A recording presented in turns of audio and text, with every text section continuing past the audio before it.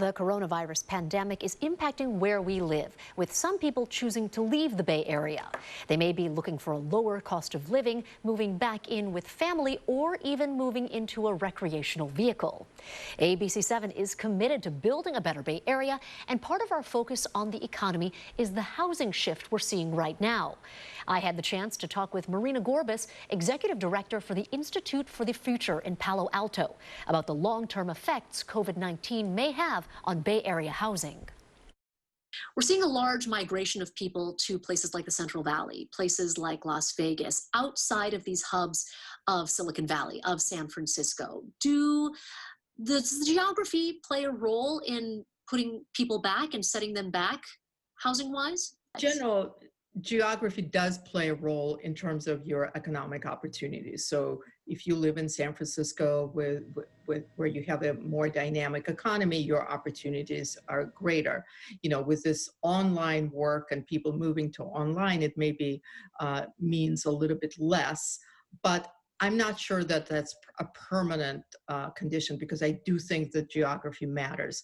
Who you see on a daily basis matters. Who your neighbor is matters. So we could be seeing a temporary shift, and maybe some of it will remain permanent, but I don't see it as a big wave. Marina, maybe you can also talk about the migration because of all the people who are leaving the city I saw, a great amount of people, especially minorities, going to the Central Valley now.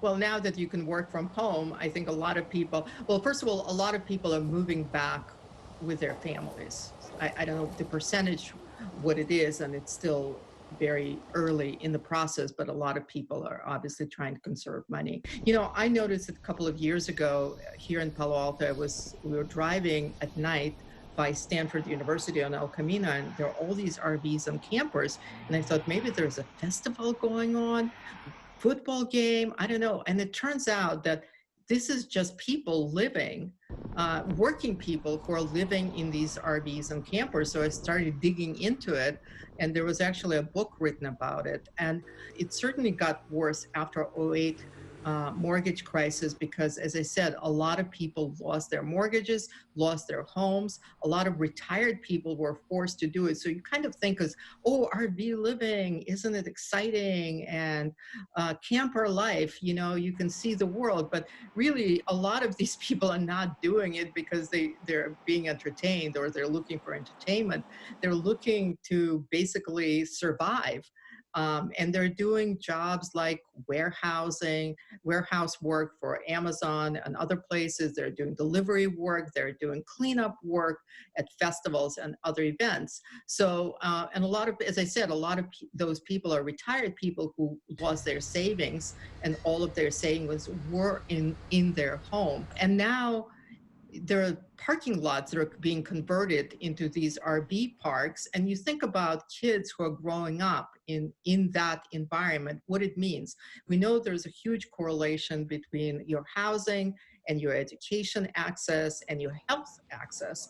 So what does it mean that people can't afford to live in a home, in a stable, permanent place? I mean, right now with the COVID, obviously, as a transition measure, we need to put people wherever we can put them in, home, RVs, campers, and others. But long term, we really need to solve for this. Marina Gorbis, Executive Director for the Institute for the Future. Thank you so much for joining us. Thank you very much, Dion.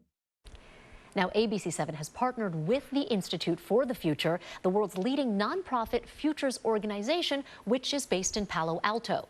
IFTF works with communities and civic and business organizations to turn foresight into insight and then into action. You can learn more about IFTF at our website, abc7news.com.